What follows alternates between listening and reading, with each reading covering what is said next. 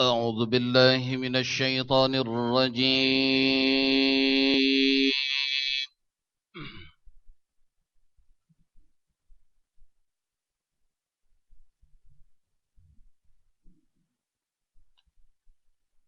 بسم الله الرحمن الرحيم.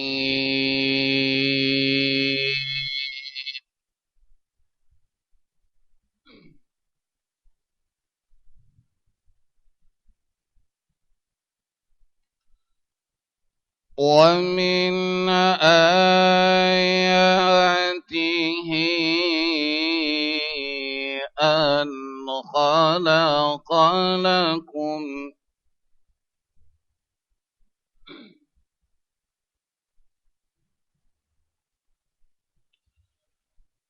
أن خلق لكم من أنفسكم أزواجا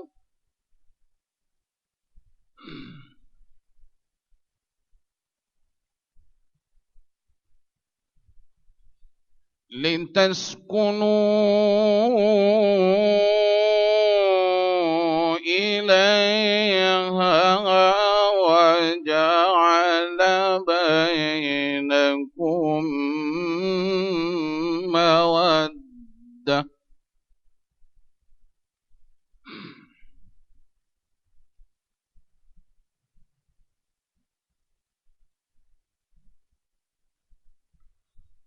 وجعل بينكم مودة ورحمة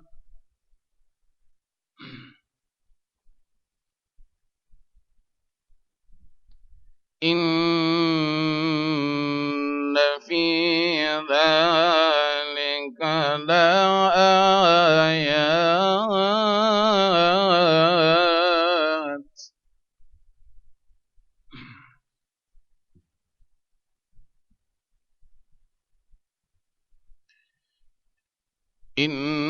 إن في ذلك لآيات لقوم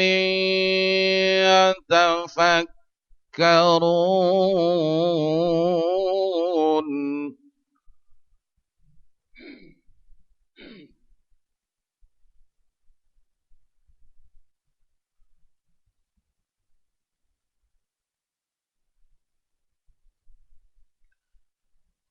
ومن آياته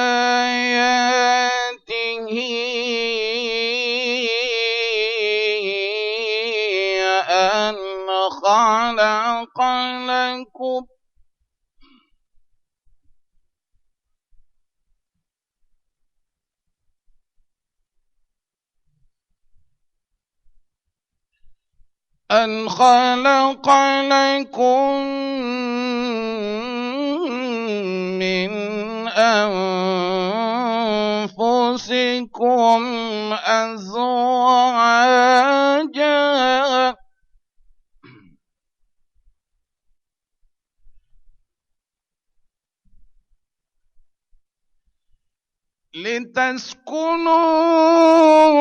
لتسكنوا إليها وجعل بينكم مودة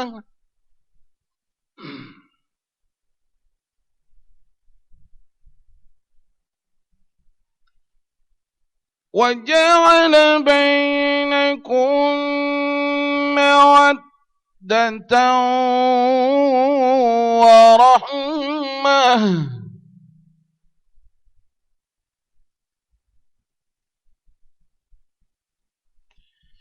إن في ذلك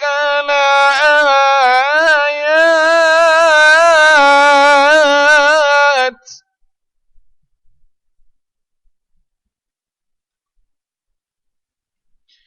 إن في ذلك لآيات لقوم يتفكرون.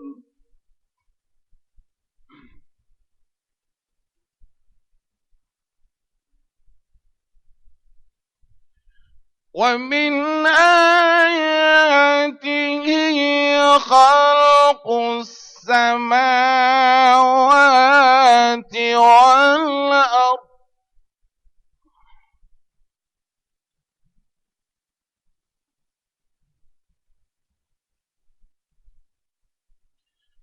واختلاف ألسنتكم وألوانكم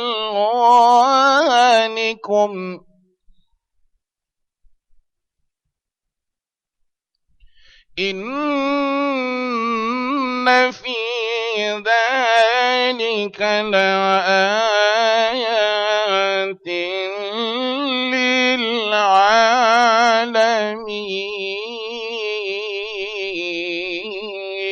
للعالمين.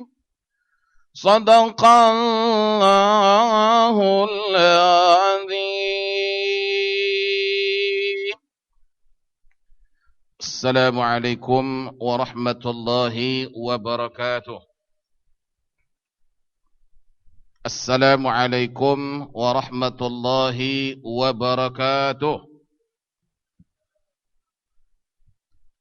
الحمد لله رب العالمين، والصلاة والسلام على رسول الأمين، وما أرسلناك إلا رحمة للعالمين، وعلى آله وأصحابه أجمعين. رب اشرح لي صدري ويسر لي أمري واحلل عقدة من لساني يفقه قولي. أما بعد. Saudara pengurusi majlis, Al-Akhil Karim Ustaz Muhammad Ruknuddin, pengurusi serta ahli-ahli jawatan kuasa Lembaga Pentadbir Masjid Asy-Syafa'ah, tuan-tuan imam, tuan-tuan Bilal, bapak-bapak, ibu-ibu, para hadirin yang dikasihi, yang dirahmati, yang dicintai oleh Allah. Marilah kita merafakkan setinggi-tinggi rasa kesyukuran kita kehadrat Allah Subhanahu wa taala, di mana Allah beri kita peluang untuk menghadirkan diri kita dalam majlis ilmu ini, yang mana kita sekarang ini berada di Taman Raudhah Masjid Asy-Syafa'ah. Baginda sallallahu alaihi wasallam berpesan, "Idza marartum biriyadil jannah farta'u." Yakni kata Rasulullah, manakala kalian melintasi taman syurga itu, maka hendaklah kalian hentikan kenderaan kalian, maka masuk dan duduklah kalian dalam taman syurga itu. Qalu, ketika itu sahabat-sahabat bertanya, wa ma raudatal jannata ya Rasulullah, apakah yang dimaksudkan dengan taman syurga itu ya Rasulullah? Qala, Nabi menjawab, majlisul ilm. Yang dimaksudkan dengan taman syurga itu ialah majlis ilmu. Yang kita ini adalah dalam majlis ilmu, artinya juga kita berada di taman syurga. Kalau kita tidak dapat duduk di taman syurga di Masjid Nabawi di Madinah, inilah dia keadilan Allah Subhanahu wa taala. Karena Allah tahu bahwa tidak semua kita boleh duduk di Taman Raudhah Masjid Nabawi, betul? Maka digantikan oleh Allah Subhanahu wa taala seperti ini. Jadi kita-kita yang duduk di dalam majlis ilmu adalah duduk bagaikan di Taman Raudhah Masjid Nabawi itu. Nah, pada malam hari ini kita ingin membicarakan tentang satu tajuk yang sememangnya diimpikan, diinginkan oleh setiap pasangan hidup kita di muka bumi ini, yakni rahasia membentuk keluarga yang harmoni, keluarga yang bahagia, keluarga yang disebut oleh Allah Subhanahu wa taala sakinah, mawaddah, warahmah. Oleh karena itu Allah menyebutkan wa min ayatihi an khalaqa lakum min anfusikum azwaja. Adapun sebahagian daripada tanda-tanda kebesaran Allah itu ialah Allah telah menjadikan hidup kita ini berpasang-pasangan. Yang namanya suami istri. Apa guna yang Allah jadikan kita hidup berpasangan ini? Untuk mendapatkan ketenangan. Yang disebut litaskunu sakinah. Oleh karena itu ciri-ciri rumah tangga harmoni itu jika dia telah mendapati 3 apa yang disebutkan oleh Allah Subhanahu wa taala. Yang pertama dia sakinah.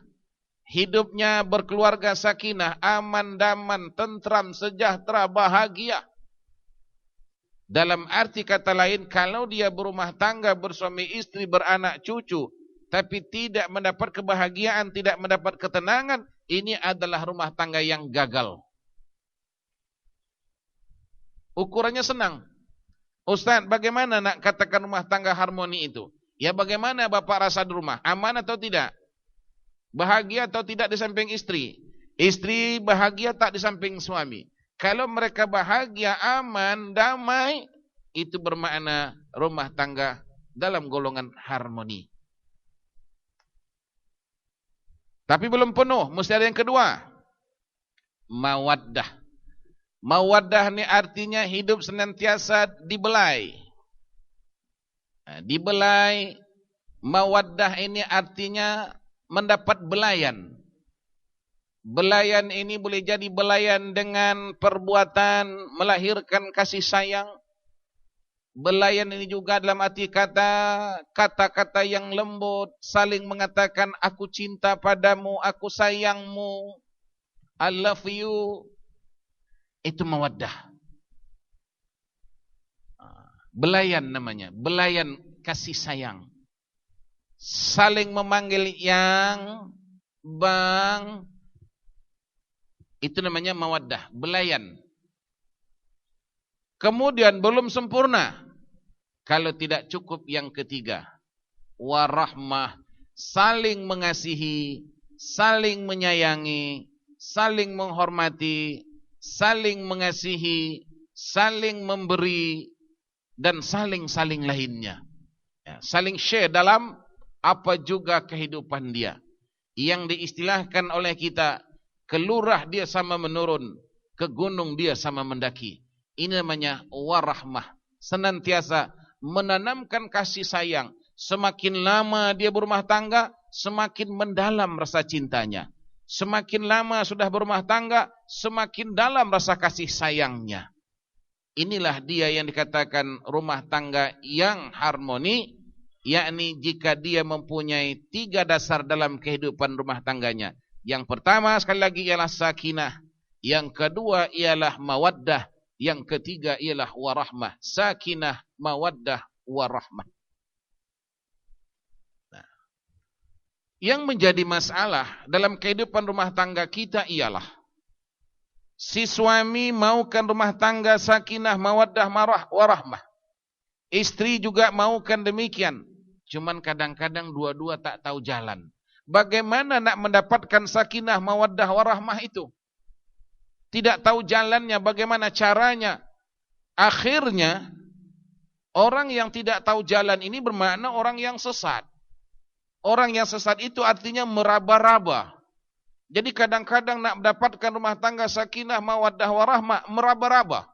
Bagaikan orang buta. Nah ini namanya apa? Namanya tidak siap atau belum siap. Itu yang pertama.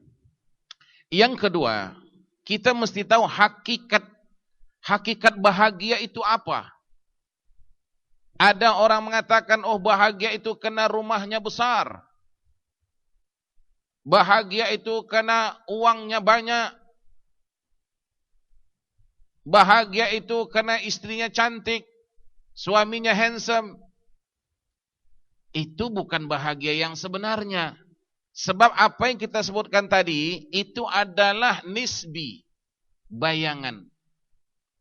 Kalau Anda katakan rumah besar itu bahagia, Apalah artinya rumah Anda besar kalau hati Anda kecil? Apalah artinya harta banyak kalau hidup rasa miskin? Nah, jadi apa itu bahagia? Bahagia itu Bapak Ibu bukan barang yang menampal. Ibaratkan saya kata, oh saya bahagia karena saya pakai baju ini. Oh kalau tak pakai baju itu tak bahagia lah kalau begitu. Kalau begitu artinya juga bahagia itu benda yang menampal. Demi sesungguhnya bahagia itu ialah dalam jiwa kita. Biar pakaiannya compang-camping tapi hatinya senang, bahagia itu. Apalah artinya ibu dipakaikan suami barang kemas sebadan. Ya, mulai daripada kasutnya emas sampai tudungnya emas. Tapi hati ibu tidak bahagia. Apakah bahagia dengan barang kemas itu? Jawabnya tidak. Kalau begitu, yang membahagiakan itu bukan benda yang menampal. Ketiga, kita harus tahu letak bahagia itu di mana. Nah, letak bahagia itu ialah dalam hati. Manakala hati kita gembira, manakala hati kita bahagia, penderitaan-penderitaan zahir itu tidak terasa. Kalau hatinya bahagia, sekalipun dia tinggal dalam penjara, bahagialah itu. Sebaliknya kalau hatinya tidak bahagia, sekalipun dia tinggal dalam istana, tetap tidak bahagia. Jadi kalau begitu Bapak Ibu, yang perlu kita bahagiakan apa? Hati ini. Nah, bagaimana kita nak membahagiakan hati ini? Tentunya kita harus selalu berdampingan dengan Allah Subhanahu wa taala. Ala bi dzikrillah tatmainnul qulub. Sadarilah, ketahuilah bahwa hati akan tentram, perasaan akan terasa bahagia jika kita senantiasa berdampingan dengan Allah. Nah, kalau begitu, jadikanlah rumah tangga kita rumah tangga serambi Mekah. Serambi Mekah artinya apa? Rumah tangga kita itu, rumah kita itu jadikan sarana ibadah kepada Allah. Jangan rumah itu hanya kita hiasi dengan berbagai-bagai hiasan, tetapi kita tidak ada ibadah dalam rumah itu. Sedangkan tadi bahagia itu sekali lagi ialah di dalam hati kita. Bukan kena rumah yang besar tadinya uang banyak. Yang benar-benar bahagia itu ialah bahagia hati. Nah, kemudian itu asas. Kemudian ditambah lagi dengan yang lain. Bagaimana untuk kita menjadikan hidup suami istri itu bahagia? Tadi yang mula-mula saya sebutkan itu asas. Artinya, kunci kebahagiaan yang utama sekali ialah suami istri hendaklah mendampingi diri dengan Allah. Maksudnya juga suami istri hendaklah dia bercinta dengan Allah. Manakala kita bercinta dengan Allah, Allah cinta kita.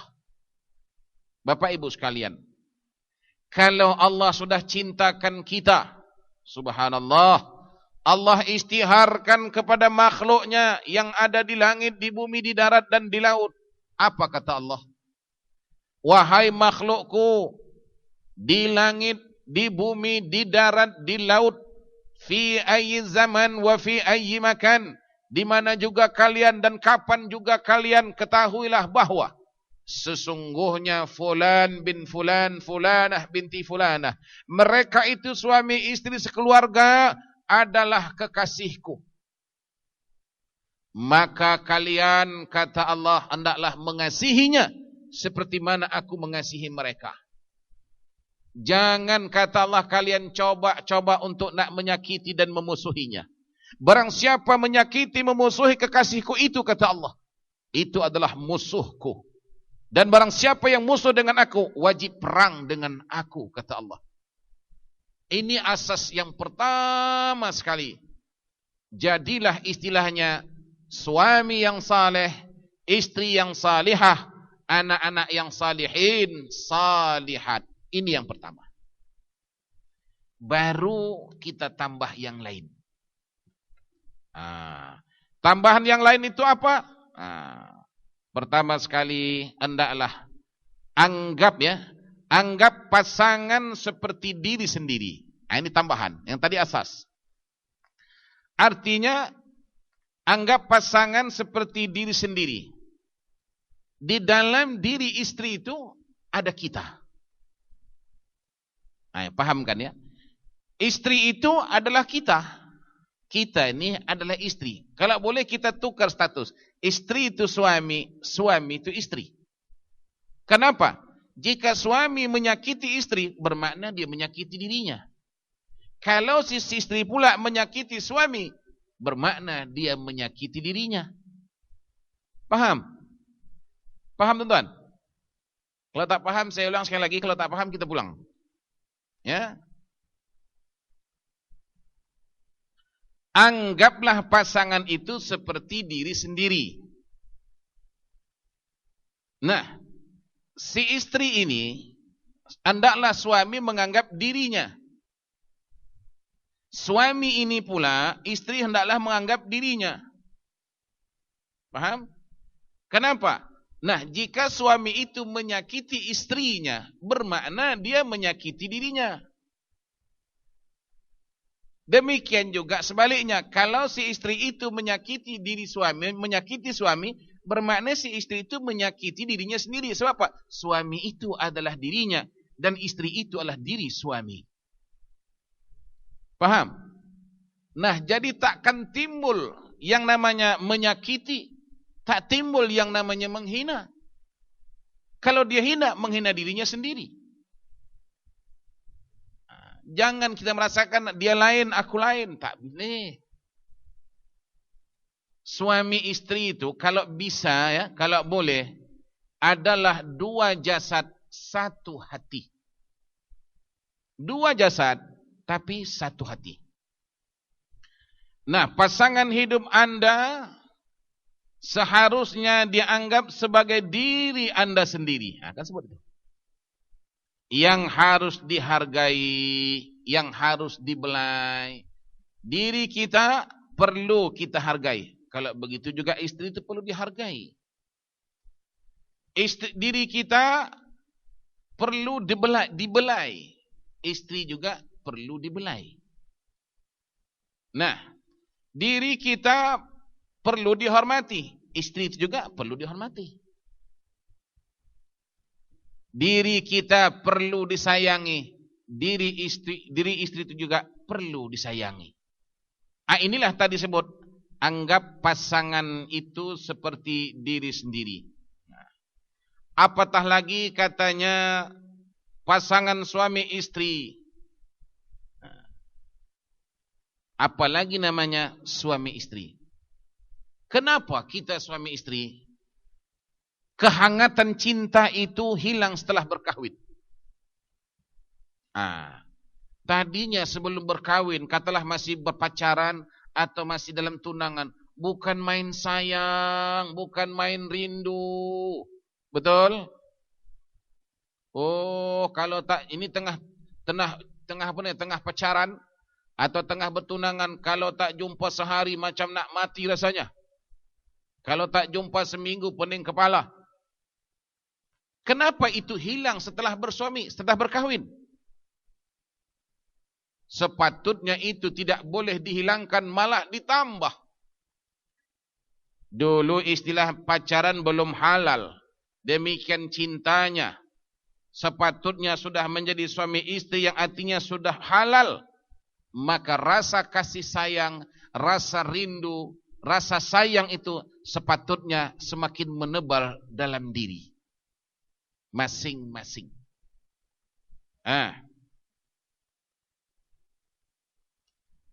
Justru tadi saya katakan, inilah yang sering kita abaikan. Kita abaikan rasa sayang kita tu, semakin kita kurangi. Kalau kurang tu kadang-kadang maknanya masih ada. Kadang-kadang dihabiskan, dibuang. Dengan cara apa dibuangnya kasih sayang tu? Dia pindahkan kasih sayangnya kepada yang lain. Inilah yang dikatakan hadis Melayu, habis sepah, habis manis ya. Habis manis, sepah dibuang. Habis manis, kecing manis. Habis manis sepah dibuang. Nah, jadi resep yang pertama tadi selain asas yang saya katakan bercinta kepada Allah, saya ulangi, anggap pasangan seperti diri sendiri. Pasangan kita adalah cerminan diri kita sendiri. Pasangan kita, suami istri ini adalah cerminan diri sendiri. Maknanya, kalaulah istri itu, kata contoh ya, kalau istri itu jorok, sebenarnya yang jorok ini bukan istri, suami. Kalau istri itu pemalas, itu bukan istri yang malas, suami. Sebab pasangan hidup kita ini cerminan kita. Nah, bagaimana kita mencerminkan diri kita? Demikian juga ibu-ibu, suami ibu adalah cerminan ibu. Kalau begitu, harus ibu-ibu ambil berat mohon perhatian kepada suami. Ambil berat, jangan makan minumnya saja. Segala-galanya ambil berat. Pakaian suami kalau nak pergi ke masjid, bang, janganlah pakaian seperti itu, bang. Malulah saya, bang. Apa pasal pula engkau malu, kata suami? Yang nak pergi masjidnya aku apa? Bang, tidakkah abang ingat kata Samadari, pasangan itu adalah cerminan diri. Abang tu adalah cerminan saya. Sebagaimana juga saya adalah cerminan abang. Boleh, Pak Haji? Pak Haji? Boleh? Allah, tak boleh. Ini masalah. Jadi maknanya kalau suami ibu selekeh, itu ibu lah itu. Ibu. Nah, kalau suaminya bagus, bersih, itu ibu lah itu. Sebaliknya, kalau suami tadi pengotor dan sebagainya, gigi suami tak bercuci. Kuning, kalau kuning emas tak apa. Tak ada duit boleh jual. Bang, beruslah gigi itu, bang. Malulah saya, bang. Nanti orang tahu abang tu suami ai. Kan malu ai. Mesti begitu. Pasangan itu adalah cerminan diri sendiri. Kemanapun kita pergi, potret, gambar. Itu maka kadang-kadang setengah-setengah orang, dalam dia punya bag duitnya, panggil apa bag duit?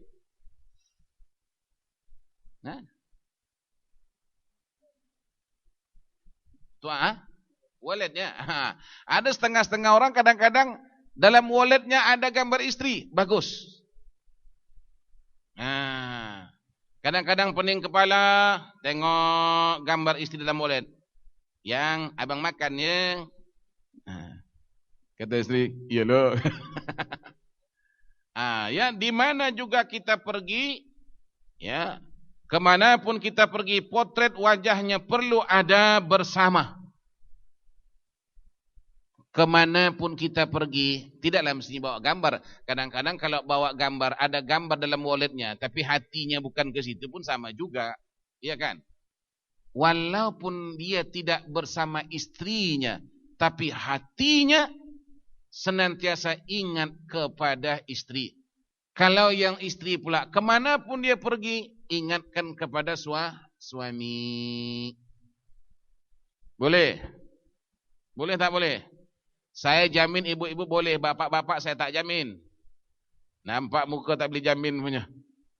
Iya. Makanya kadang-kadang kalau istri dah meninggal suami, nak kahwin lagi dia tak nak. Pasal apa? Dia ingat suami. Istri kalau meninggal, apa macam Haji? Itu makanya ada hadis Piramli itu. Suami ini kalau dilihatnya anak orang, dia ingat anak dia. Tapi kalau diingat perempuan, dinampak perempuan lain, dia lupa istri dia. Demikian hadis riwayat Piramli. Padahal disuruh bawa istri, potret bagi suami. Kendati juga sebaliknya, suami itu adalah potret bagi suami. Sebagai istri ya. Jika hal ini tuan-tuan diamalkan, ya, selalu diamalkan, insya-Allah rumah tangga akan menjadi bahagia. Yakni pastikan, anggaplah pasangan itu adalah diri sendiri. Seperti yang saya katakan tadi, kalau kita mau dihormati, istri juga demikian. Kalau kita mau disayangi, istri juga demikian. Nah, dan istri itu adalah cerminan suami, suami itu juga adalah cerminan istri. Nah, kalau konsep ini sekali lagi dapat kita orbitkan dalam rumah tangga, insya-Allah rumah tangga akan sakinah, mawaddah dan warahmah insya-Allah. Para hadirin sekalian, yang kedua, di samping tadi asas pertama kita bercinta kepada Allah, asas kedua ialah istri itu bukan pembantu. Ya, jangan dianggap istri itu babu. Babu ya. Jangan menganggap istri itu bagaikan pembantu, tapi anggaplah istri itu bagaikan ratu. Jangan anggap istri itu babu, tapi hendaklah suami itu menganggap istrinya itu ratu. Kenapa demikian? Sebab tuan-tuan sekalian, banyak suami, kebanyakan ya, mungkin yang datang ini tidaklah, kalaupun ada mungkin tak banyaklah, 1, 2, 3, 4, 5, 6, 7, 8 yang menganggap kadang-kadang istrinya itu macam babu. Yang taunya istri dia itu tugas masak di rumah, jaga anak, masak, jaga anak, itu aja. Lah, kita lihat tuan-tuan, banyak suami menganggap bahwa kerja-kerja rumah adalah tanggung jawab istri 100%. Anggapan ini adalah salah tuan-tuan. Coba buka hadis Quran kah? Ada tak mengatakan bahwa kerja rumah itu adalah kerja istri 100%? Tak ada sepotong ayat pun dalam Al-Quran. Tidak ada sepatah ucapan pun daripada Nabi mengatakan bahwa perempuan itu kerjanya hanya tugas di rumah. Kerja rumah 100%. Tidak ada. Nah, tapi saya harap kepada ibu-ibu nanti pula balik ke rumah, jangan pula terus cakap dengan suami. Bang. Oh bang. Apa? Kata suami. Abang dengar tadi itu. Dengar apa?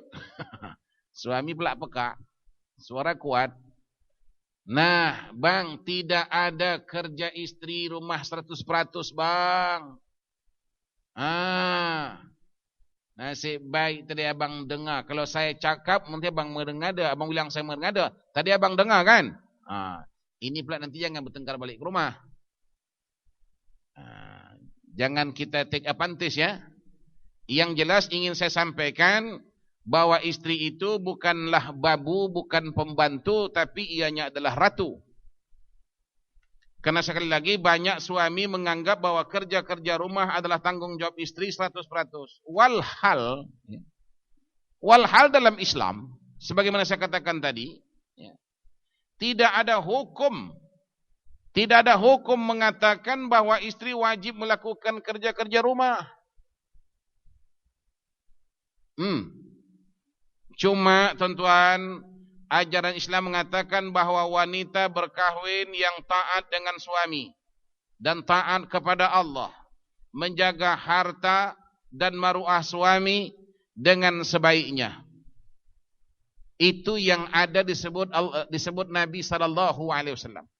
Jadi istri tadinya ialah wajib dia taat kepada suami, di samping dia taat kepada Allah, kemudian tugas dia menjaga harta suami dan juga menjaga maruah, harga diri suami dengan sebaik-baiknya.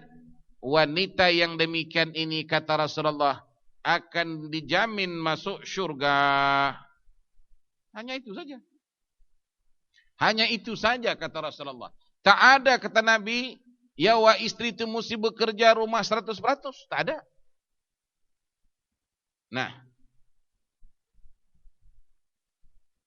Atas jaminan inilah katanya ramai wanita tidak berkira dengan kerja-kerja rumah yang mereka lakukan selama ini. Jadi kerja-kerja istri itu sebenarnya hanyalah membantu suami. Jadi kerja-kerja rumah itu ialah kerja suami.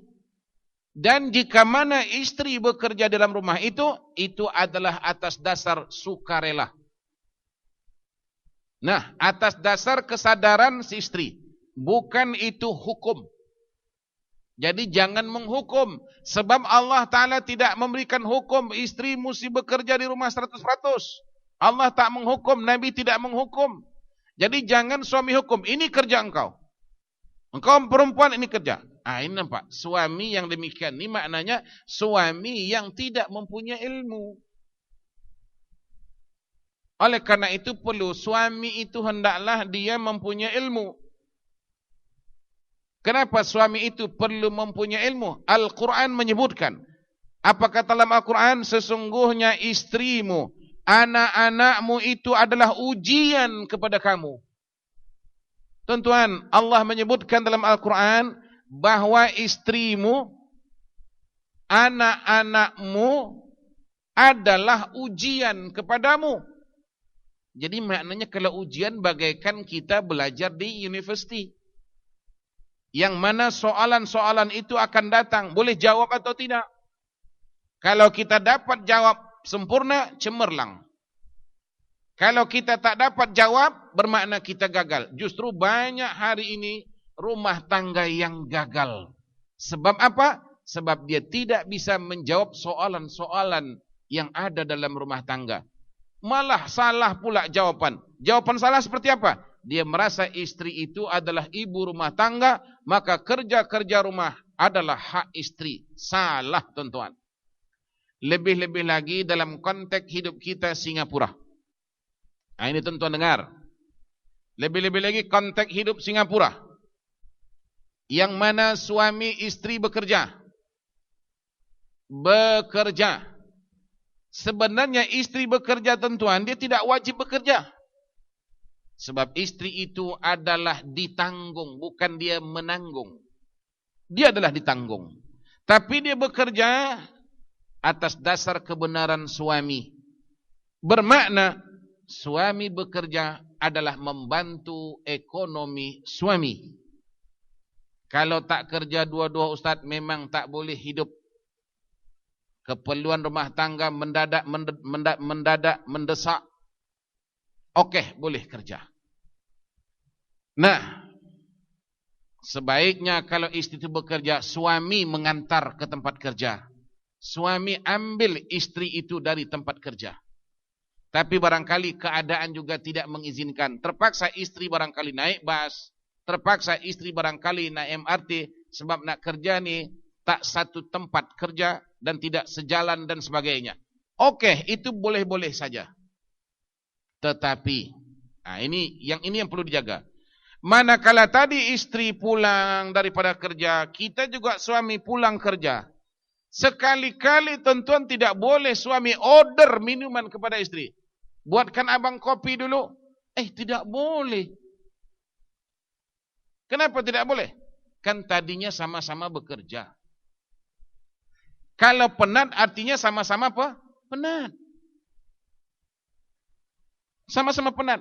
Dan manakala kalau sama-sama penat, yang lebih penat itu biasanya istri. Sebab kudrat, kekuatan wanita itu tidak sama dengan kekuatan seorang lelaki. Jadi yang sepatutnya seperti apa? Yang sepatutnya istrilah yang minta kopi kepada suami. Bang, buatkan air kopi. Itu yang betul. Itu yang betul. Ini hukum ya, hukum. Tapi jangan pula ibu kata, dengar padan muka. Jangan, ya. Nah, ini hukum. Sebab tadi sama-sama bekerja, padahal istri itu tidak wajib bekerja. Tapi karena dia membantu ekonomi suami, sepatutnya suami ucapkan thank you. Kalau engkau tak bantu abang bekerja, memang kita tak boleh. Tak bolehlah nak beli itu, nak beli ini. Tapi dengan kamu kerja juga, abang kerja juga, kita bagi-bagi, alhamdulillah. Thank you. Tapi pastikan jangan order minuman kepada istri kalau dia pulang bekerja. Sebab dia juga penat, sama dengan kita penat.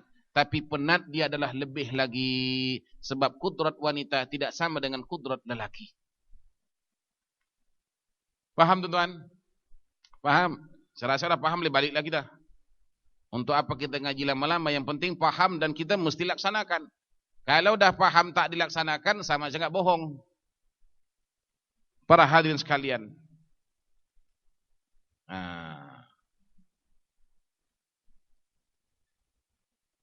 Kemudian apa lagi katanya?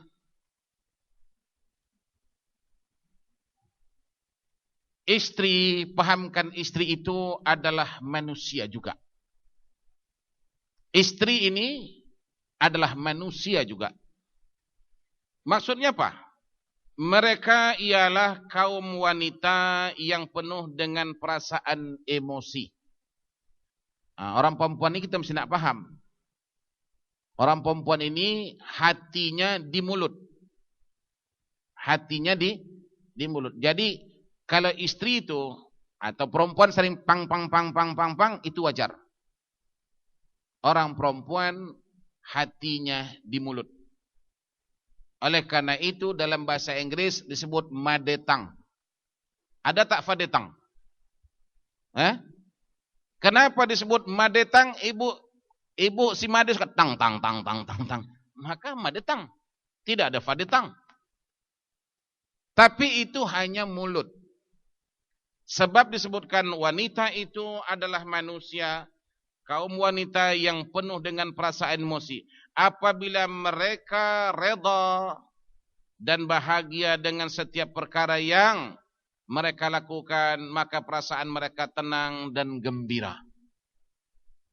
Tapi kalau dia kerja itu walaupun berat, dia suka, ya, maka tak terasa beratnya.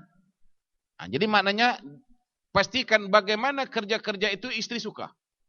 Manakala istri itu suka dengan kerja itu, dia tidak emosi. Pastikan ini. Justru yang dia tak suka, jangan dipaksa. Tanya, awak boleh buat? Kalau tak boleh buat, jangan buat, biar abang buat. Ini kan berat yang, apa dia, berkium itu berat. Yang boleh buat tak? Tak apa bang boleh buat. Okey lah. Asalkan dia suka, jangan kau berkium ini. Kau bersihkan itu. Oh, tak boleh. Namun jika mereka katanya tertekan dengan apa? Tertekan apa yang berlaku, maka emosi mereka mulai berkecamuk dan sering ingin mencari jalan keluar daripada masalah yang mereka hadapi. Ini pula perempuan. Jadi ini maknanya si suami mesti tahu kenapa istriku ini meledak meletup. Kenapa? Rupanya ada sesuatu yang dia tidak senang. Tapi dia simpan. Simpan. Suami pura tak tahu aja. Sekali meletup, ini masalah. Jadi pastikan juga kalau istri, ya, mohon kepada istri, jangan suka menyimpan. Kalau nak cakap dengan suami dengan baik. Sebab nanti kalau simpan, sekali meletup. Kadang-kadang masalah yang berpunca masalahnya tak sebegitu, tapi kok akibatnya besar. Sebenarnya bukan ini punca, ada yang lain. Yang selama hari ini disimpan. Oleh karena itu tadi, ada baiknya wanita ini terus cakap, pang, tak apa, lepas. Tidak menyimpan. Kalau menyimpan ini bahaya. Emosi perempuan tak boleh kadang-kadang dikawalnya. Oleh karena itu orang perempuan ni kata Rasulullah akal dia pendek. Akal dia pendek, dia tak fikir panjang. Itu mesti nak faham suami. Kemudian untuk mendatangkan keharmonian rumah tangga juga tidak kalah pentingnya. Suami katanya hendaklah mengingat tarikh yang penting. Tarikh yang penting barangkali hari lahirnya, simpan tarikh lahir istri. Nah, diam-diam tanggal 21 bulan April 2013 hari birthday-nya. Nah, ingat tarikh lahirnya. Berilah hadiah. Orang perempuan ini suka hadiah. Dia bukan kepada harganya, tapi kepada pengertiannya. Jadi suami-suami ini perlu juga ingat kepada tarikh-tarikh yang penting. Tarikh lahir istri itu perlu diingat. Begitu nanti teng jam 12 malam, happy birthday to you. Suami pula nyanyi tengah malam. Ada apa bang? Alah, takkan yang tak ingat. Ni kan birthday yang. Allah mak bang. Riuh tengah malam tu kan. Riuh tengah malam. Sekali pula suami hadiahkan ceng. Sekali dibuka gelang. Tapi kalau suami beri macam itu Mak Haji, tengok ya, taulah menghargai. Ini kadang-kadang istri tak tahu menghargai. Makanya kata Rasulullah, semasa aku pergi Mi'raj, kata Nabi, aku banyak melihat wanita-wanita di dalam neraka. Lalu ditanya oleh sahabat, apa pasal ya Rasulullah kaum wanita itu banyak masuk neraka? Ada beberapa sebab. Di antara sebabnya apa? Wanita ini kadang-kadang susah dia nak ucapkan terima kasih kepada suami. Suami tadi kasih surprise. Sekali buka cincin. Walaupun hati Mak Haji tak berkenan cincin tu, junjunglah. Terima kasih bang, abang ingatkan ai. Walaupun cincin tu hati Mak Haji nak meluat, jangan tunjukkan. Dalam hati, mak bodohnya aku beli cincin macam itu. Dia, itu jangan cakap. Kalau Mak Haji tak setuju dengan barang tu, jangan simpan, pakai terus supaya cepat jahanam dia. Kalau baju dibelinya yang Mak Haji tak sesuai, walaupun tak sesuai, ucapkan terima kasih, tunjukkan hati besar. Alamak bang. Sebab Mak Haji, kadang-kadang kata suami, ini dibeli belum tahu terima kasih ni kadang-kadang. Isteri ni kadang-kadang dibeli ni Ustaz, bukan belum tahu terima kasih. Si selok kena marah pula. Apa saya beli ni bang? Alamak. Hati suami tu kadang-kadang runtuh. Padahal tadinya sudah tak fikir nak beli apa ya, beli apa beli. Sekali dibeli kasih, alamak bang ini aja. Tak lawalah. Itu kadang-kadang hati suami kecewa. Dalam hati suami, jangan kau harap tahun depan tak ada lagi. Siapa punya pasal? Istri juga. Ingat tarikh perkahwinan. Ya, tarikh-tarikh penting. Bagaimana saya katakan tadi, istri ini dia bukan nak perlukan kepada yang mahal-mahal itu sebenarnya. Lebih mahal nilai kebaikan kita itu kepada istri. Anggapan istri itu lebih mahal daripada barang yang kita beli. Mungkin barang ini kita beli harganya 100, tapi waktu itu istri dia merasa dihargai macam 1000. Bukan barangnya, tapi penghargaan itu. Inilah salah satu di antara resepi untuk menjadikan rumah tangga itu harmoni. Katanya sini apa? Ingatlah tarikh-tarikh yang penting. Hadiah katanya tidak perlu mahal. Bukan soal harga, tapi penghargaan itu. Nampaknya ini benda selekeh ya. Alah, takkan hari ulang tahun Ustaz, hari pernikahan Ustaz. Itu kita rasa. Tapi tanyalah orang perempuan. Dia sangat merasakan itu barang yang berharga. Betul enggak, Bu? Oh, Bu. Betul enggak? Kalau betul jangan cakap dengan saya, cakap dengan suami. Betul. Kita merasa barang ni, alah ini aja tak ada barang lah, tak ada arti. Jangan. Itu perlu. Ya. Kemudian hati istri akan tersentuh dengan pemberian hadiah. Dan lebih terharu jika kita sebagai suami sempat barangkali menuliskan kad Kan tak payahlah. SMS ada. Ya. Suami tulis, selamat ulang tahun istriku yang tercinta. Hidupku adalah di atas kasihmu. Kasihmu itu adalah obat bagiku. Jika engkau tidak ada, biarlah aku yang dulu tidak ada. Amat hebat sekali.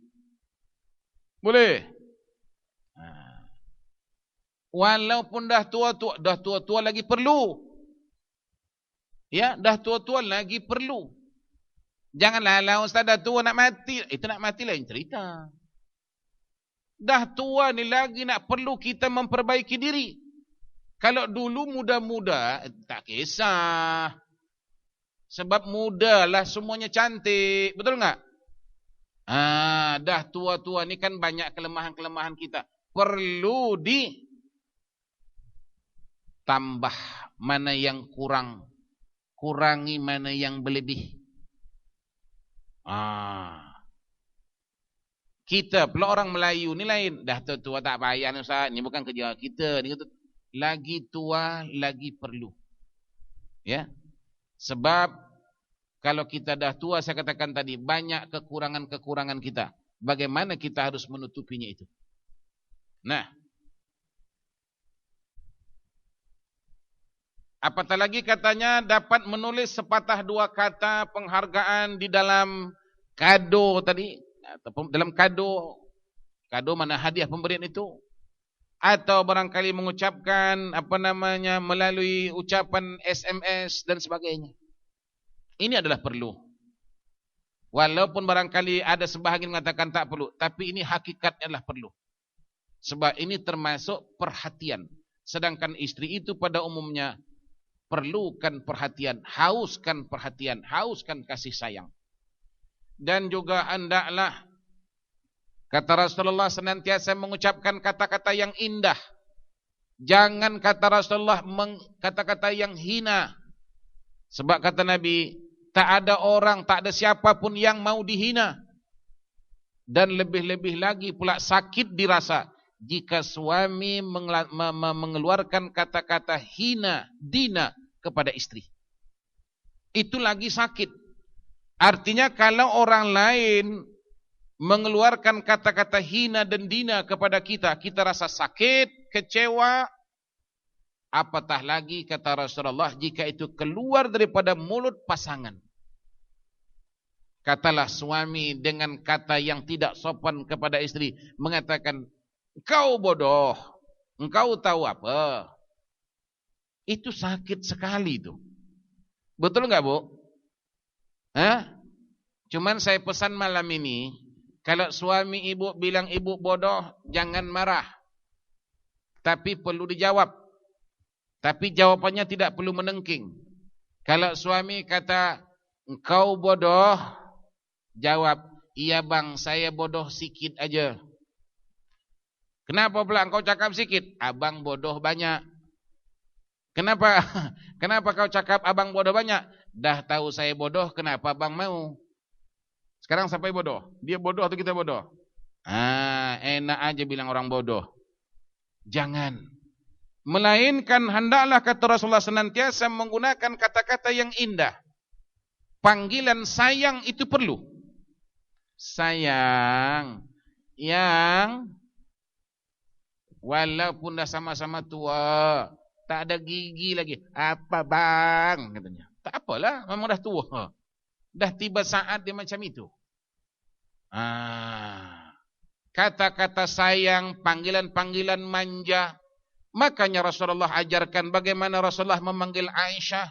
Ya Humaira, wahai yang keputih-putihan. Memang kulit Siti Aisyah itu putih kemerah-merahan. Itu Humaira, itu maknanya putih kemerah-merahan. Tidak apalah. Kalau istri Pak Haji bukan putih kemerah-merahan tapi hitam. Panggillah hitam manis. Hitam-hitam si tampuk manggis. Sudahlah hitam berkudis-kudis. Hitamlah hitam si tampuk manggis. Sudahlah hitam kencing manis. Nah, Hatta kan kata Rasulullah benar tapi menyakiti dalam Islam dilarang. Benar tapi menyakiti itu dilarang. Contoh apa? Istrinya itu hitam kemudian pendek. Lalu suami kata hitam pendek sini dulu. Itu sakit tak Maji? Sakit. Kenapa? Menghina. Udahlah Ustaz, saya hitam, saya pendek, dipanggil. Nah, jadi kalau begitu panggil yang, jangan sebut hitam pendek sini. Memang hitam pendek apa Ustaz? Walaupun benar tapi menyakiti, dilarang dalam rumah tangga. Oleh karena itu berusahalah bagaimana nak membahagiakan.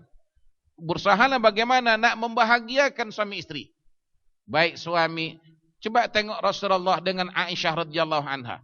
Aisyah memanggil Rasulullah pangkat, ya Nabi Allah, ya Rasulullah, ya Habiballah. Itu pangkat Nabi. Jadi kalau suami Mak Haji sudah berpangkat, apa pangkatnya Haji?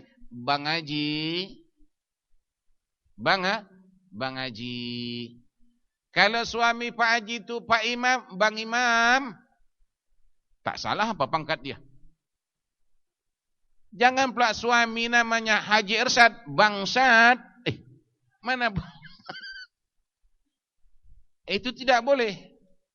Suaminya nama siapa? Haji Arsyad. Dia boleh panggil satpam aja, Bang Syad, Bang Syad. Kok Bang Syad? Itu udah panggilan kurang ajar ya kan? Panggil pangkat. Nah, kalau dia belum haji dan bukan imam, tapi sudah punya anak. Dah punya anak. Siapa nama anak Pak Haji Mak Haji yang sulung? Katalah Osman. Maka panggillah ayah Osman. Ayahnya Osman. Itu Arab style. Ya Abul Qasim. Siapa Abul Qasim? Rasulullah. Kenapa dipanggil Abul Qasim? Sebab Rasulullah punya anak laki-laki namanya Qasim. Maka digelar Abul Qasim Sayyidina wa Maulana Muhammad. Panggil nama anak laki-laki yang tua kah atau yang perempuan? Kalau anak yang perempuan pula dia yang tua. Siapa nama anak perempuan ini? Katalah Fatimah. Bapak Fatimah. Paknya Fatimah. Pangkat.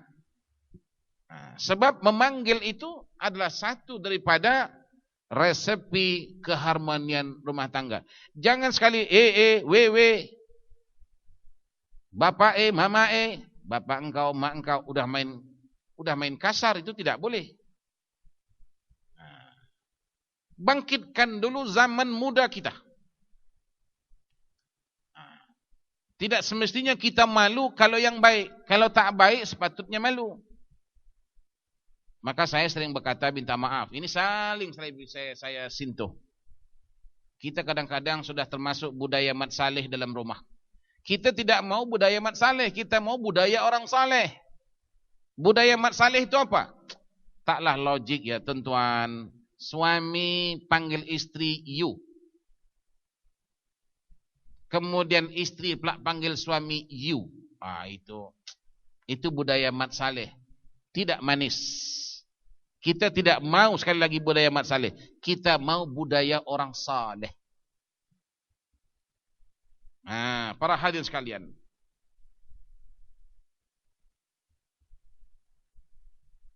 Bantu ringankan tugas istri. Bantu.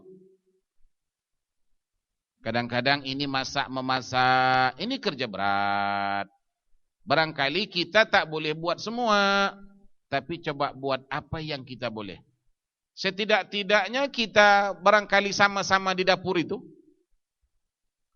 Kawankan istri bercakap kah apa namanya? Ya setidak-tidaknya kan tak mungkin kita tak tahu potong bawang, parah kali itu kan. Tapi saya katakan tadi ada setengah-setengah suami ini kadang-kadang ada ego dia. Ini bukan kerja kita, ini kerja orang perempuan. Itu salahnya tuh. Kemudian dia pula malu kalau kunun-kununnya turun ke dapur. Tak semestinya malu. Ini bukan soal. Ada pula kadang setengah-setengah mak mertua. Mak suami kata, Man, apa sudah jadi man? Maka apa sebab kau dah jadi ke dapur pula? Apa sudah jadi engkau? Udah kena ilmu guna-guna kah? Oh, ini tidak caranya. Ini bukan soal ilmu guna-guna. Yang jelas suami juga dia harus meringankan beban istri. Kalau tadi saya katakan memasak itu berat, memang berat. Kalau tonton nak tahu berat tak berat, coba masak sekali. Nah, coba pula kita masak. Nah, bilang sama istri, ini hari abang nak masak. Macam. Saya rasa mungkin ada 3-4 gelas pecah. Berbanting itu, terbanting ini. Kalau kita nak tahu berat tak berat, kita rasakan. Nah, untuk itu kata Rasulullah, bantulah meringankan beban istri itu. Khususnya katanya memasak, ya. Kemudian yang selanjutnya untuk menjadikan rumah tangga kita harmoni, perlu ciuman khas untuk istri. Ciuman. Jadi ciuman di sini maknanya bukan dalam bentuk seksual, itu lain. Cium melahirkan rasa kasih sayang. Kalau suami istri tidak salah, tidak haram. Ya. Sebab ciuman itu, pelukan itu, macam saya katakan mawaddah. Mawaddah itu maknanya apa? Belayan. Belayan itu sentuhan. Sentuhan suami itu merupakan satu obat kepada istri. Ya. Seperti sentuhan apa? Berjalan, kalau boleh bergandingan. Pegang tangan suami atau suami pegang tangan istri. Yang penting bersepegang-pegangan. Jalan. Itu termasuk mawaddah namanya, sentuhan. Sentuhan dengan anggota. Mawaddah juga sentuhan dengan kata-kata. Seperti mengatakan, aku sayangmu, aku cinta padamu. Itu mawaddah. Belayan. Di samping tadi belayan pegangan. Suami sapu-sapukan tangannya ke badan si istri. Si istri merasakan itu satu pemberian yang besar nilainya. Betul tak, Bu? Oh, Bu. Betul Mak Pak Haji, kasihan. Ya. Mulai malam ini nanti pulang, ya, gandengan tangan. Mulai malam ini pulang bergandengan tangan. Oh, naik kereta Ustaz takkan ganding-ganding meninggal. Tak. Kalau naik kereta pun parkingkan kereta. Daripada tempat parking kereta itu mau ke rumah, gandengan tangan. Belayan, mawaddah namanya, belayan. Berikan katanya ciuman yang khas untuk istri. Coba katanya Anda tanya diri sendiri, bilakah kali terakhir Anda mencium dahi istri Anda? Ketika dia berehat setelah begitu penat bekerja. Tahukah Anda bahawa ciuman Anda di dahi atau kecupan di bibirnya dapat menghilangkan segala kepenatan dan juga dapat menghilangkan tekanan pada dirinya hari itu. Kalau seandainya dia penat hari itu, Allah mak yang penat yang ya peluk. Kalau perlu cium dahinya, ya, kalau perlu cium bibirnya, bukan cium dalam arti kata tadi seks, bukan, itu tolak tepi. Kasih sayang, mawaddah, belayan. Kalau kita buat macam itu, walaupun istri waktu itu penat, saya yakin hilang penatnya. Boleh Pak Haji? Ini Pak Haji punya tugas nih, bukan Pak Haji. Pak Haji punya tugas. Ya, memberikan ciuman yang ikhlas. Kemudian juga memberikan pujian kepada istri. Memberikan pujian kepada istri maknanya beritahu kepada istri, walaupun kita sudah sekian tahun berkahwin, namun cintaku kepadamu tidak pernah berkurang, malah bertambah. Kasih sayangku kepadamu tidak pernah luntur, walaupun kena hujan. Cinta kasih sayangku tidak pernah lekang, walaupun kena panas. Nah, ini kata-kata yang demikian ini, pujian-pujian seperti itu adalah merupakan alat untuk menjadikan rumah tangga yang harmoni. Suami ini kadang-kadang susah sangat, lokek sangat nak kasih puji. Ya, susah nak mengasih pujian kepada istri. Padahal itu ajaran dalam Islam. Bagaimana Rasulullah sallallahu alaihi wasallam memuji istri? Subhanallah. Rasulullah sallallahu alaihi wasallam memuji istri bukan lagi masa hidup, sesudah meninggal. Sesudah meninggal Khadijah radhiyallahu anha, Nabi puji. Apa kata Rasulullah?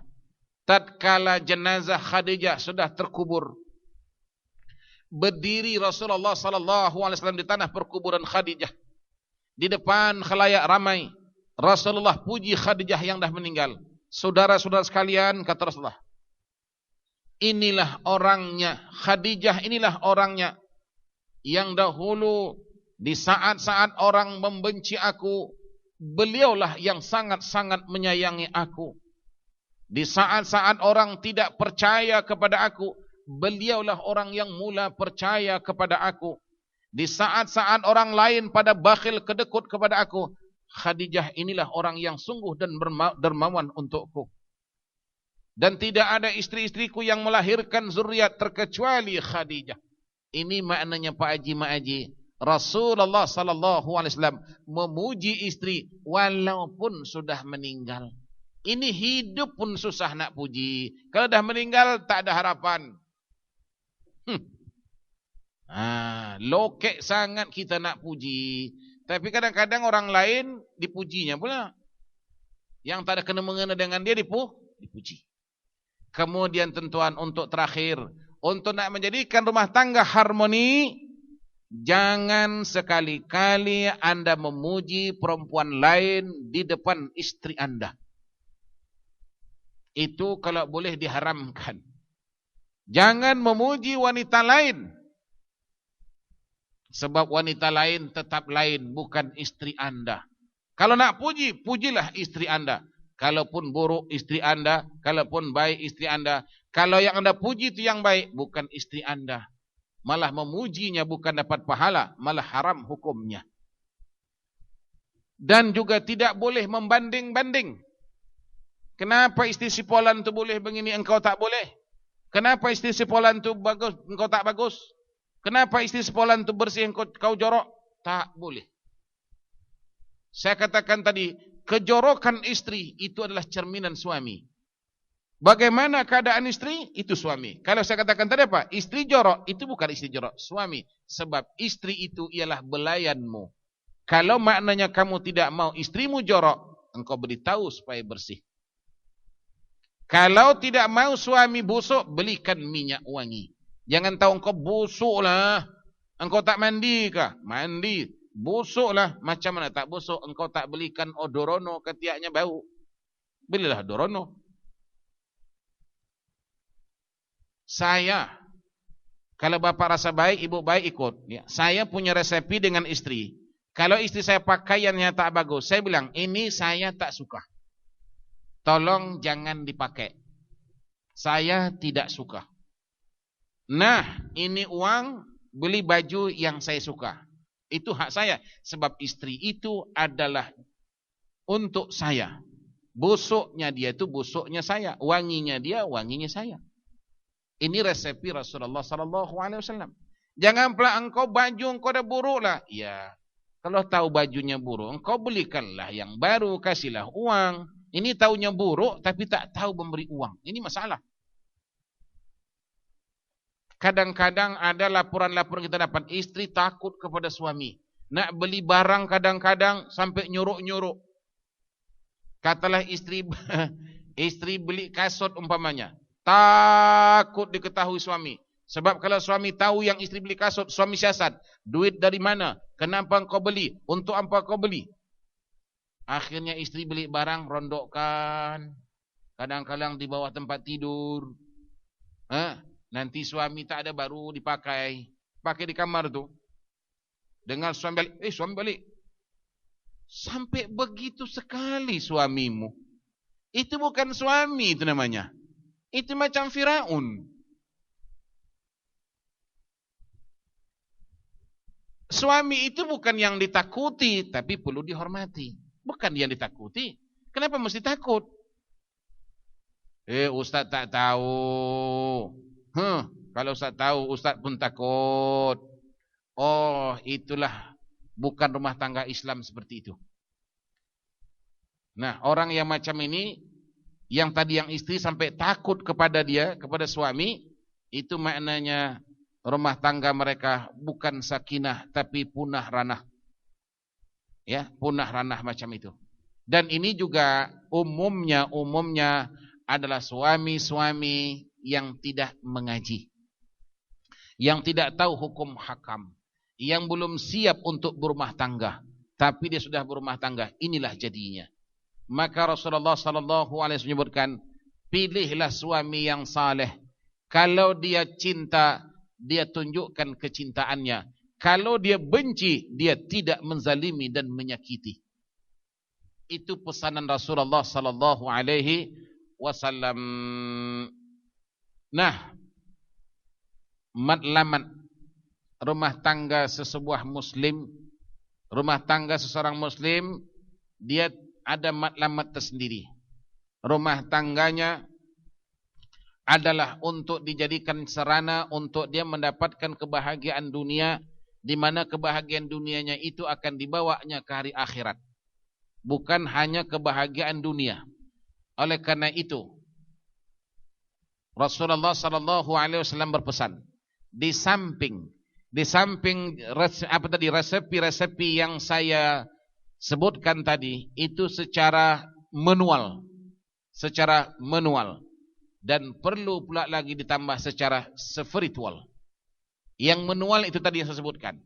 Spiritual, berdoa. Rabbana hab lana min azwajina wa dhurriyyatina qurrata a'yun waj'alna lil muttaqina imama. Maknanya apa ini? Dia maukan rumah tangganya tidak hanya bahagia setakat di dunia, tapi kebahagiaan itu dia mau bawa ke akhirat sampai ke anak cucunya. Maka kata, ya Tuhan kami, walladzina yaquluna rabbana, orang-orang yang berkata ya Tuhan kami, hablana min azwajina, kasihilah suami kami atau kasihilah istri kami, wa dzurriyyatina, kasihilah anak cucu kami, wa dzurriyyatina, anak cucu kami, wa ja'alna lil muttaqina imama, jadikanlah kami menjadi ikutan, jadikanlah kami menjadi panutan orang-orang yang bertakwa. Jadi kita mau rumah tangga kita itu menjadi contoh kepada orang lain. Seperti pesanan Rasulullah sallallahu alaihi wasallam, khairukum li ahlihi, ana khairukum ilal ahli. Apa kata Nabi? Sebaik-baik kamu ialah orang yang baik kepada keluarganya. Dan aku, kata Rasulullah, adalah orang yang paling baik terhadap keluargaku. Ini hadis ini tentuan, kalau kita hayati, nak tahu orang itu baik atau tidak baik, tidak boleh kita ukur waktu dia dengan kita. Katalah saya dengan Pak Haji ini baik dengan saya belum boleh mengatakan Pak Haji ini baik. Sebab ikut Nabi, orang yang baik sebenar-benar baik itu ialah dia baik kepada keluarga. Kalau dia baik dengan orang lain, ya boleh-boleh saja. Ya, kalau orang ini baik dengan orang lain, itu boleh-boleh saja. Tapi yang nak katakan baik sebenarnya baik jika dia baik kepada keluarga. Itu standar baik. Jadi Pak Haji jangan terkecoh. Oh dia baik, jangan. Sebelum kita lihat bagaimana dia dengan keluarganya. Ada setengah-setengah manusia, dia sanggup berkorban duit, dia sanggup berkorban tenaga, dia sanggup berkorban masa, tapi untuk orang lain. Adapun untuk keluarganya, dia kedekut, pelit, medit, tengkuk berlubang. Dengan orang lain habis-habisan tidak apa. Orang lain minta uang, nah. Tapi kalau istrinya minta uang ditengking. Ada tak macam itu, Pak Haji? Suami yang kedekut macam itu? Ada, tapi tak di sinilah, di Amerika sana. Dengan orang dia habis-habisan tahan, tapi dengan keluarga dia sangat-sangat berhitung. Maka Rasulullah mengatakan, kalau kamu nak tahu orang itu baik sebaik-baiknya, tengok dia dengan keluarganya. Kalau dengan keluarga dia baik, bermakna itu memang orang baik. Khairukum li ahlihi, ana khairukum li ahli. Berbaik-baiklah kamu dengan keluargamu. Maknanya orang yang baik di antara kamu ialah orang yang baik terhadap keluarganya. Adapun aku, kata Allah, orang yang paling baik di antara kamu dengan keluarga. Jadi mudah-mudahan Mak Haji, Pak Haji, yang kita malam ini telah mendapat resepi untuk nak menjadikan rumah tangga kita itu rumah tangga harmoni, membentuk keluarga harmoni. Sekali lagi saya ulangi, anggap pasangan seperti diri sendiri. Kemudian istri itu bukannya sebagai pembantu, tapi pastikan ia sebagai ratu. Kemudian istri itu pahamkan ia adalah manusia, maka perlu dihormati, perlu dihargai. Kemudian istri itu adalah suami itu perlu ingat tarikh-tarikh penting dalam kehidupan. Dengan memberikan ucapan-ucapan yang baik, kata-kata yang baik, di samping juga barangkali memberikan hadiah, souvenir ya, mengikut daya kemampuan. Kalau boleh beli barang yang mahal, kenapa tidak? Kalau tidak, belilah apa yang termampu. Yang penting ada penghargaan. Kemudian yang selanjutnya, usahakan membantu untuk meringankan beban istri. Sebab kalau kita pikir istri ini, Bapak Ibu sekalian, dia kadang-kadang berjalan ke dapur, ke tengah, ke dapur, ke tengah, ke dapur. Kalau berjalan lurus itu sebenarnya dah jauh itu. Mungkin sampai ke Johor sana berjalan. Cuman jalannya bolak-balik dalam rumah juga. Tak nampak jauhnya. Kemudian pastinya istri bergelumang dengan anak-anak di rumah. Ya, oleh karena itu juga salah satu lagi tambahan. Kalau memang suami ini berkemampuan, ada uang, ada masa, ya, tidak salah sekali-sekala membawa istri itu pergi berrehlah ke luar negeri, tidur di hotel. Anak-anak jangan ikut, suami istri aja. Untuk namanya refreshing, ya, itu juga tidak kalah pentingnya. Kemudian perlu juga memberikan ciuman istimewa atau ciuman khas kepada istri. Kemudian juga memberikan pujian-pujian kepada istri. Nah, inilah yang mudah-mudah saja resepinya. Tapi asas utama tadi, pastikan dia bercinta dengan Allah Subhanahu wa ta'ala. Sebab kasih sayang tidak boleh dibuat-buat. Kasih sayang bukan lakonan, tapi ia adalah timbul daripada hati sanubari yang ikhlas. Jadi hati sanubari yang ikhlas bermakna hati yang beriman kepada Allah. Jadi sikap perbuatan yang dilakonkannya kepada keluarganya bukan lakonan, tapi ia gerak daripada imannya kepada Allah Subhanahu wa ta'ala. Di samping itu juga jangan lupa sering membaca doa yang saya katakan tadi, spiritual. Rabbana hablana min azwajina wa dhurriyyatina qurrata a'yun waj'alna lil muttaqina imama. Mudah-mudahan apa yang kita sampaikan ini yang baik itu tentunya daripada Allah Subhanahu wa taala. Kekurangan demi kekurangan, kesalahan demi kesalahan itu adalah daripada saya sebagai seorang insan manusia biasa. Dari Allah kita datang dan kepada Allah itu juga kita akan pulang. Maka pastikan masing-masing kita sebelum kita kembali ke pangkuan Allah, siapkanlah segala amal ibadah kita. Mudah-mudahan kita tergolong dalam golongan hamba-hamba Allah yang dicintai oleh Allah. Amin. Allahumma amin. Bismillahirrahmanirrahim. Alhamdulillahi rabbil alamin. Wassalatu wassalamu ala rasulil amin. Habibinal karim. Sayyidina wa nabina Muhammadin wa ala alihi wa ashabihi ajma'in. Allahumma anfa'na bima 'allamtana wa 'allimna ilman yanfa'una. Allahumma aslih lana dinana alladhi wa asbatu amrina wa aslih lana dunyana allati fiha ma'ashuna wa aslih lana akhiratina allati ilaiha ma'aduna waj'alil hayata ziyadatan lana fi kulli khair waj'alil mauta rahatan lana min kulli syarr. Rabbana hab lana min azwajina wa dhurriyyatina qurrata a'yun واجعلنا للمتقين إماما ربنا لا تزغ قلوبنا بعد إذ هديتنا وهب لنا من لدنك رحمة إنك أنت الوهاب ربنا عليك توكلنا وإليك أنبنا وإليك المصير ولا حول ولا قوة إلا بالله العلي العظيم ربنا آتنا في الدنيا حسنة وفي الآخرة حسنة وقنا عذاب النار لفضلك وكرمك سبحان ربك رب العزة عما يصفون وسلام على المرسلين والحمد لله رب العالمين تقبل الله منكم مني ومنكم تقبل يا كريم وبالله توفيق والهداية